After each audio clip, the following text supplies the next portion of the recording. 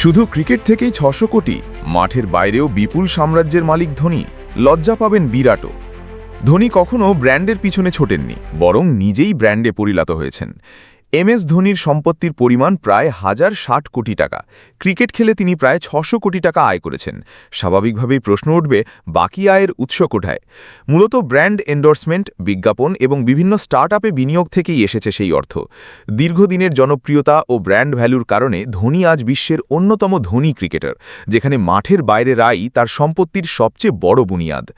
Cricket খেলে বিরাট কোহলির তুলনায় ধোনি হয়তো কম উপার্জন করেছেন, কিন্তু সামগ্রিক সম্পত্তির নিরিখে তার চেয়ে এগিয়ে।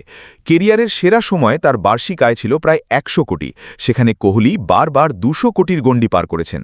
ধোনির সম্পত্তি এভারেস্টে পৌঁছেছে ধারাবাহিক বিনিয়োগ, ব্যবসায়িক দূরদর্শিতা, ইকুইটির মাধ্যমে। এখানেই পিছিয়ে পড়েছেন কোহলি, যার বর্তমান সম্পত্তির পরিমাণ ১০৫০ কোটি। অন্যান্য ক্রিকেটারও ধোনির চেয়ে পিছিয়ে। ধোনি কখনো ব্র্যান্ডের পিছনে ছোটেননি, বরং নিজেই ব্র্যান্ডে পরিণত হয়েছেন। কেরিয়ারের বিভিন্ন সময়ে তিনি এমন বহু মোটা অঙ্কের বিজ্ঞাপনী প্রস্তাব ফিরিয়ে দিয়েছেন, কারণ সেগুলি তার ব্যক্তিত্ব বা ভাবমূর্তির সঙ্গে মানানসই ছিল না। শুধুমাত্র পণ্যের বিশ্বাসযোগ্যতা নিয়ে সংশয় থাকায় তিনি একবার প্রায় ৪০ কোটির চুক্তিও প্রত্যাখ্যান করেছিলেন। এই মনোভাবই ধোনির প্রতিটি ব্র্যান্ড এগ্রিমেন্টকে আরও বিশ্বাসযোগ্য করে তুলেছে। সংস্থাগুলি শুধু তার জনপ্রিয় মুখ নয়, দেশের কোটি কোটি মানুষের কাছে তার বিশ্বাসযোগ্যতাকেই কাজে লাগাতে চেয়েছে। সব জায়গায় উপস্থিতি নয়, বরং সঠিক জায়গায় উপস্থিতি প্রকৃত মূল্য তৈরি করে, এমনই যেন বুঝিয়ে দিয়েছেন ক্যাপ্টেন কুল। এখানেই থেমে থাকেননি ধোনি, বেছে নিয়েছেন ইকুইটি বা পার্টনারশিপের পথ। ইন্ডিয়া সিমেন্টসের শেয়ার নেওয়ার সুবাদে চেন্নাই সুপার কিংসেরও অংশীদার হন তিনি। পাশাপাশি রীতি স্পোর্টস, 7/MS ধোনি জামাকাপড় ব্র্যান্ডসহ একাধিক স্টার্টআপে তার বিনিয়োগ রয়েছে। নাগদ আয় সময়ের সঙ্গে শেষ হয়ে যায়, কিন্তু ইকুইটি সময়ের সঙ্গে বাড়তে থাকে। বিশ্বের বড় ক্রীড়াবিদদের সম্পত্তি তৈরির পিছনেও কাজ করে এই একই নীতি। পাশাপাশি বেঙ্গালুরুতে একটি ইংলিশ মিডিয়াম স্কুলও তৈরি করেছেন, যার নাম MS ধোনি গ্লোবাল স্কুল। এর পাশাপাশি ড্রোন কোম্পানি এবং ফুড কোম্পানিতেও বিনিয়োগ রয়েছে। রাঁচিতে ধোনির একটি হোটেলও রয়েছে। ২০২৩ সালে সিএসকের মূল্য ১০,০০০ কোটিরও বেশি ছুঁয়েছিল। শেয়ার বাজারে তালিকাভুক্ত হওয়ার পর প্রকাশ্যে আসে এই ফ্র্যাঞ্চাইজির মূল্য বহু বলিউড প্রযোজনা সংস্থাকেও ছাপিয়ে গিয়েছে। ধোনির কারণে যেমন সিএসকের ব্র্যান্ড বেড়েছে, তেমনি সিএসকের উত্থানে বেড়েছে তার সম্পত্তির পরিমাণও। সঠিক জায়গায় মালিকানা কিভাবে ভাগ্য বদলাতে পারে তার অন্যতম বড় উদাহরণ এই মডেল। অনেকেই বলেন ক্রিকেট থেকে ধোনির অবসর ছিল একটি নিখুঁত এক্সিট স্ট্র্যাটেজি।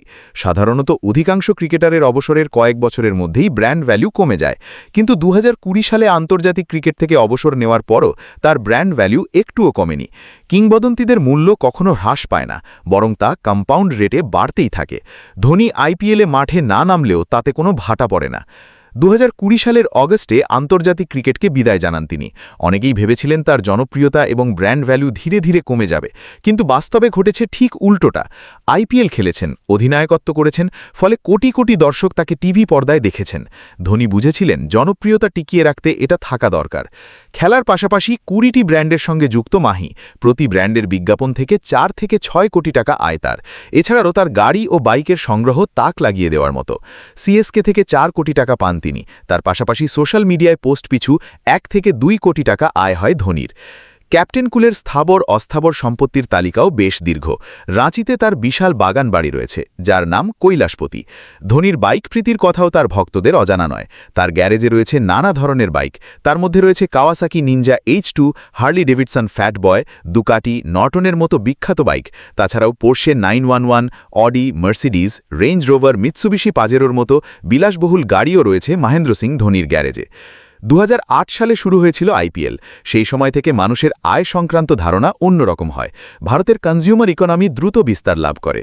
তখন ধোনির বয়স মাত্র ২৭, এখন ৪৪। দীর্ঘ ১৯ বছর তিনি আইপিএল খেলছেন। এমএসডি বিশ্বের দ্বিতীয় ধনকুবের ক্রিকেটার, যার সম্পদের সিংহভাগই অর্জিত মাঠের বাইরে থেকে। তিনি একজন সফল ব্যবসায়ীও। তার সবচেয়ে বড় সম্পদ তার মার্কেট ব্র্যান্ড ইমেজ।